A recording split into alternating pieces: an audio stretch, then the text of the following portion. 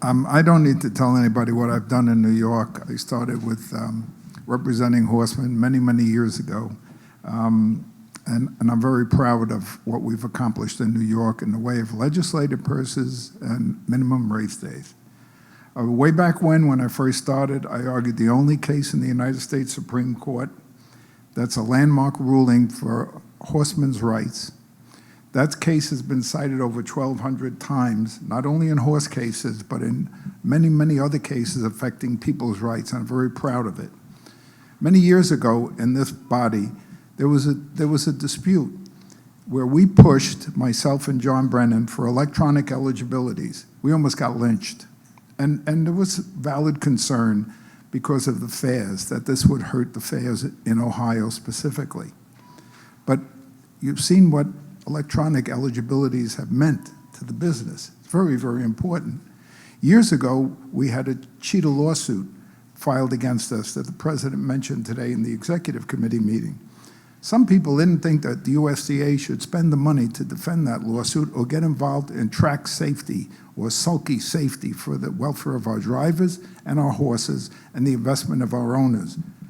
We supported that legislation with funds from the USTA.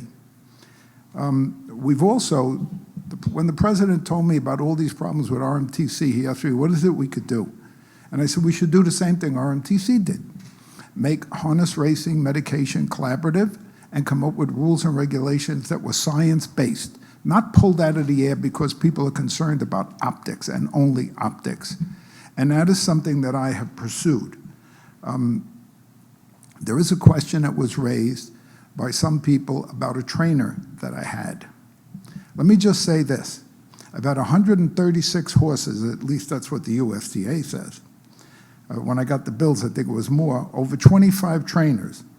Some of them I referred to as poster boys in the sport. 2 of them are sitting in this room. 1 is in the Hall of Fame. 1 is the PJ at the Meadowlands racetrack. And 1 is in charge of all racing officials in Pennsylvania. I don't have a perfect score. And I don't know if any owner can be sure that they will or do either, okay? I did support Mark's effort to fund the Standardbred Transition Alliance. I wasn't a supporter in the beginning, but I changed my mind because I understand how very important it is to this business, okay? I get the reputation of being argumentative and combative. I certainly would rather negotiate than fight, but if I have to fight, I will fight. I will not bend to the criticism of this board, the chair, or the presidency because I know the work that we do. And if you saw the article I wrote in Hoofbeat, you understand where I'm coming from. I'm not going to take that kind of abuse or see this organization take that kind of abuse from people who have nothing to offer, except to say to us that you need to be accountable. Accountable meaning what? We need to agree with you. People also say that the USTA shouldn't be a breed registry. If you sat at the communications meeting yesterday, we're more than a breed registry, and we should be more than a breed registry. I think the phone just went off.